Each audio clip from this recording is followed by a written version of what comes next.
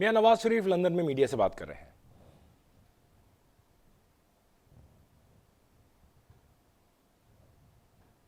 آئین کو امینڈ کرنے کے لیے اختیارات دیے جا رہے ہیں۔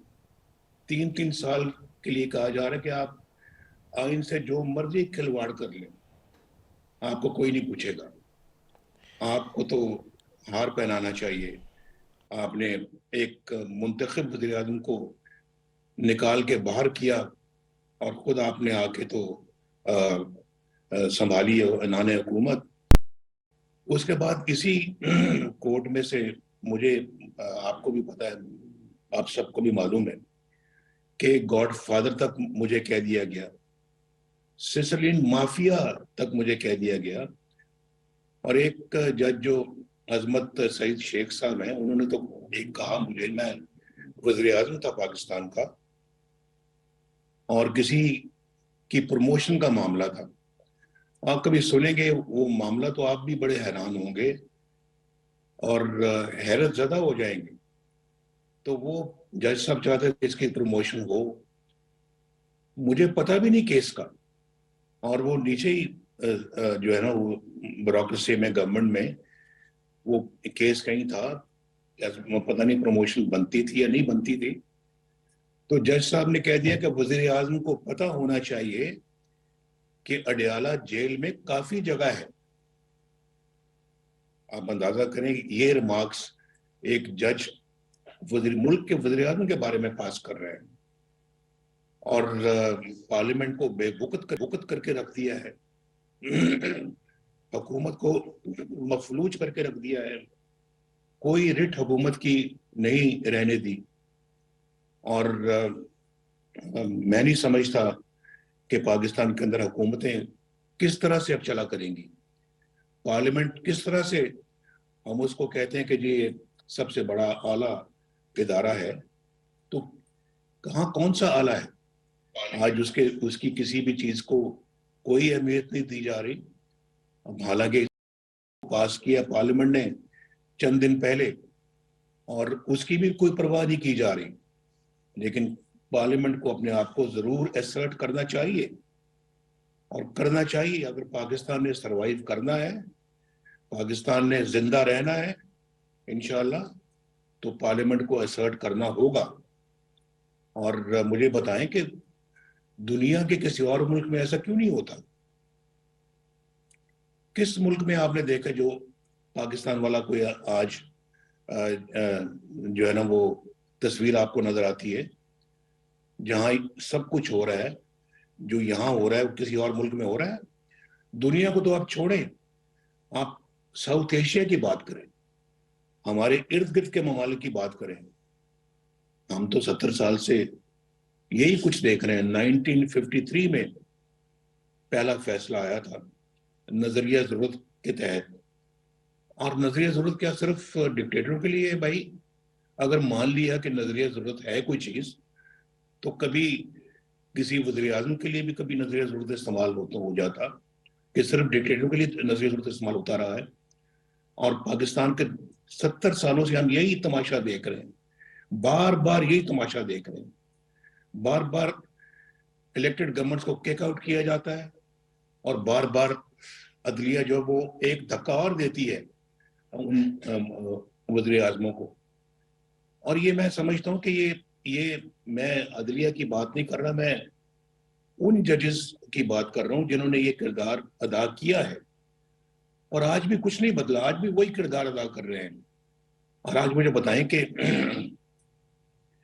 یہ جو 3 ججز کا جو بینچ ہے، یہ ان 4 ججز کے بینچ کے فیصلے کو مان ہی نہیں رہا، اور جسے یہ فیصلہ کہتے ہیں یہ فیصلہ نہیں ہے، اور یہ خود جج صاحبان کی زبان میں ون مین شو ہے یہ۔ اور اس کیس کا فیصلہ جو ہے وہ 4 ججز کی طرف سے پہلے ہی آ چکا ہے، تو پھر ایک شخص کو کیسے اجازت دی جا سکتی ہے کہ وہ وزیر اعظم بھی بن جائے، یعنی چیف جسٹس پاکستان کا وزیر اعظم بھی بن جائے، وزیر دفاع بھی بن جائے، وزیر داخلہ بھی بن جائے، چیف الیکشن کمیشنر بھی بن جائے، اور پارلیمنٹ بھی بن جائے؟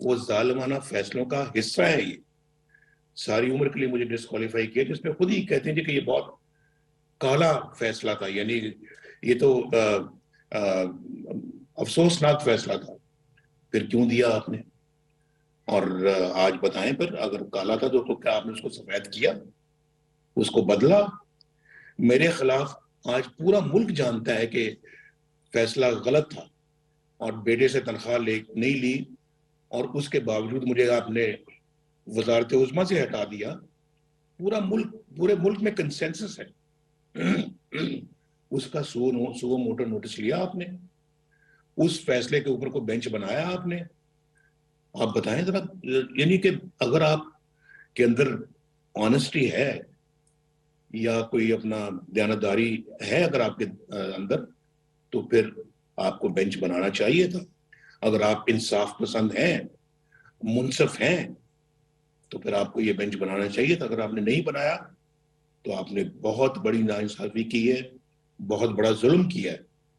اور انہی لوگوں کے خلاف تو ہم آواز اٹھاتے رہے ہیں کہ یہ ایک جج صاحب جو ہے وہ میرے اوپر مانیٹر بن کے بیٹھے ہوئے تھے، اعجاز الحسن، اور چیف جسٹس بھی میرے ان فیصلوں کے اندر شامل تھے. آپ نے 3 ججز کے خلاف جوڈیشل ریفرنس کی بات کی ہے جو اس میں شامل تھے، جی. تو اس کے لیے کیا آپ سمجھتے ہیں کہ کون سی مواد ایسا ہے کہ جس کی بنیاد پہ کیا جا سکتا ہے؟ یہ بتاتے خود ہی چارج شیٹ ہے، یہ فیصلہ ہی چارج شیٹ ہے. اور اس میں جو سیاسی عوامل ہیں، کہا جاتا ہے کہ ان کے رابطے ہیں عمران خان صاحب سے، اور جس طرح 2018 میں ان کو حکومت جوڈیشل پلس ملٹری نے دی تھی، اس دفعہ یہ منصوبہ بنا ہے کہ جوڈیشل کے تھرو ایک ماشاء اللہ کی کیفیت کر کے اس کو دی جائے. وہ بھی جنرل باجوہ اور ثاقب نثار کی ملی بھگت تھی، اور اس میں شامل تھے اپنا جسٹس کھوسا، اس کے اندر اعجاز الحسن بھی شامل تھے، اور اس میں اور بھی 2-3 ججز شامل تھے جنہوں نے مل کے، عظمت سعید شیخ بھی شامل تھے، مل کر اس وقت کے ملٹری جو اپنا یہ تھے اسٹیبلشمنٹ کے جو چیف جنرل باجوہ، اس کے بعد جنرل فیض، انہوں نے اور ان ججوں نے مل کے نواز شریف کو نکالا تھا. اس میں کوئی شک نہیں ہے، کوئی ابہام نہیں ہے. اور نکال کے تو پاکستان کی تباہی کے راستے پہ ملک کو چلایا تھا. عمران خان کو لا کر آج میں نے ابھی چند دن پہلے کہا تھا، میں نے کہا اگر اس طرح کے فیصلے آئیں گے یہ ڈالر 500 روپے کا ہو جائے گا. اس طرح کے فیصلے آئیں گے سبزیاں بھی 500 روپے کلو بکیں گی. اس طرح کے فیصلے آئیں گے چینی، دالیں، گندم، آٹا، بجلی، یہ سب انتہائی مہنگی ہو جائیں گی. ہم سزا تو کہنے کو دے رہے ہیں نا اپنا نواز شریف کو، تو اصل سزا تو پاکستان کے عوام کو مل رہی ہے. پاکستانی قوم یہ آپ کو سزا مل رہی ہے، آپ کو سازشیں انہوں نے کی ہیں، سزا آپ پا رہے ہیں، اور جیلیں میں نے بھگتی ہیں، ہم لوگوں نے جیلیں بھگتی ہیں، لیکن اصل سزا آپ کو مل رہی ہے. میاں صاحب، پاکستان کی تاریخ میں اس طرح کی مثال نہیں ملتی کہ الیکشن کمیشن کا جو کام ہے وہ سپریم کورٹ کر رہی ہے. کیا پی ڈی ایم، خاص کر پی ایم ایل این، ہر قسم کی قربانی کے لیے تیار ہے اگر یہ اس فیصلے کے خلاف جس کو آپ تسلیم نہیں کر رہے؟ میں تو اپنی پارٹی کو یہی کہہ چکا ہوں جو میں آپ کے سامنے کہہ چکا ہوں، اور جو قوم کے سامنے میں نے کہا ہے، میرا یہی نظریہ ہے، اور پارٹی کو بھی میں نے یہی کہا ہے، اور آئندہ بات ہوگی تو میں یہی میسج دوں گا انشاءاللہ. کیا سپریم کورٹ میں بغاوت ہو چکی ہے؟ ایک بڑی تعداد جسٹس قاضی فائز عیسیٰ جیسے ججز نے جنہوں نے ایک فیصلہ دیا اس کو آج انڈو کیا یا 6 رکنی بنچ بنا کے. آپ کیا سمجھتے ہیں کہ ود ان سپریم کورٹ جو ججز ہیں انہوں نے اس پہ بغاوت بلند کر دیا ہے؟ ان ججز کے خلاف جو کہ اس طرح کے فیصلے صادر کر رہے ہیں، جو ملک کو تباہی کے راستے پہ لے کے جا رہے ہیں، یہ ان کے خلاف بالکل ان کا جہاد ہے. اس کو جہاد کہیں آپ. ان ججز کو میں سمجھتا ہوں کہ جو ان کی کوششیں ہیں وہ بالکل جہاد ہے. بہت شکریہ.